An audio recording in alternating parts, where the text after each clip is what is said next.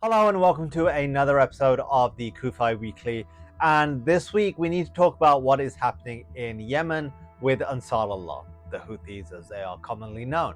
Now, over the weekend, the Iranian-supported terror organization which runs Yemen, the Houthis, launched a ballistic missile at Tel Aviv.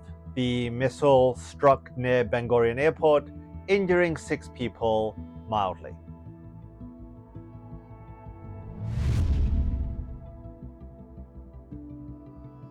Now, this isn't the first time the Houthis have attacked Israel. Since October 7th, they have launched multiple projectiles, drones, and ballistic missiles at Israel. They have also been terrorizing international shipping waterways for years.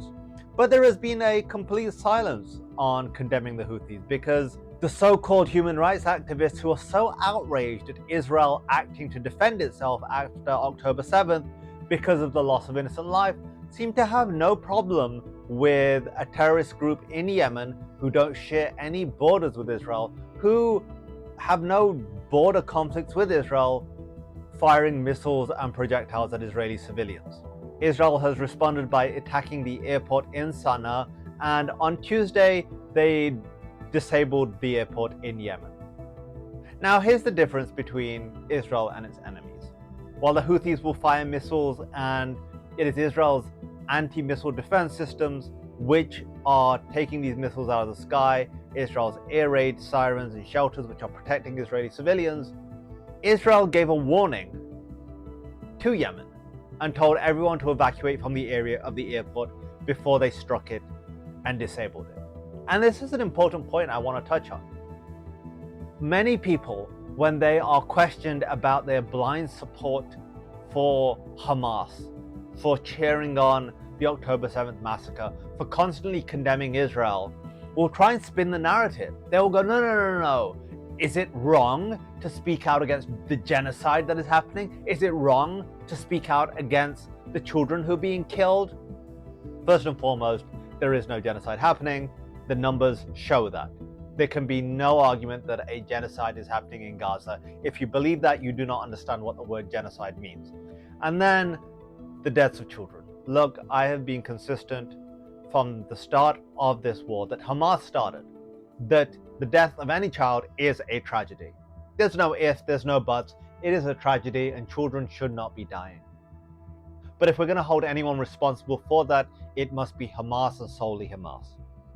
It was Hamas who crossed in to Israel from Gaza on October 7th and perpetrated that terrible massacre and took hostages and continue to hold hostages and refuse every sort of ceasefire to end the war because they won't release the hostages and they refuse to disarm.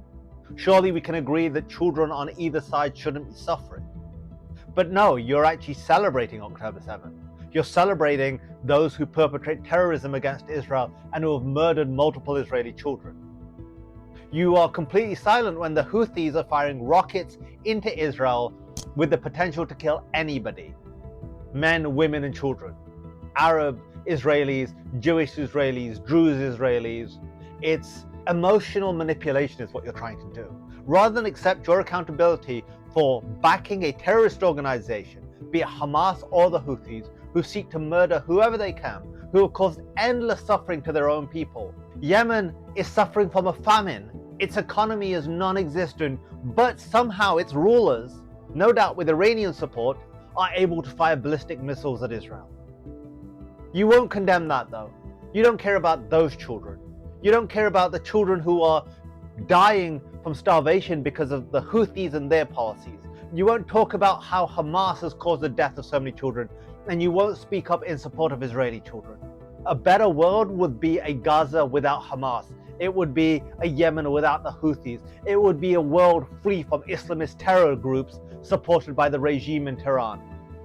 But that's not on your agenda. That isn't cool. That isn't the cause that you signed up for. That isn't the mob mentality that you're trying to join. Thankfully, the United States is also now showing strength against the Houthis, telling them and sending a strong message that their terrorism against its allies or its piracy on the high seas will not be tolerated. That is why we must stand up. That is why it is essential we speak up. And that is why I invite every single one of you to join us at the Christians United for Israel Summit in Washington, D.C. at the end of June.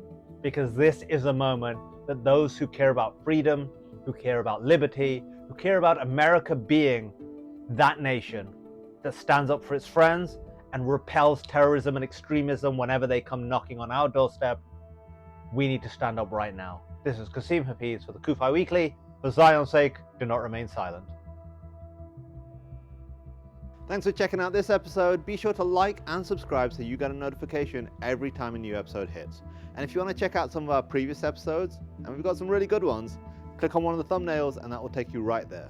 And finally, if you want to know more about CUFI and the work we do, go to cufi.org to check out all the resources we have available free to you.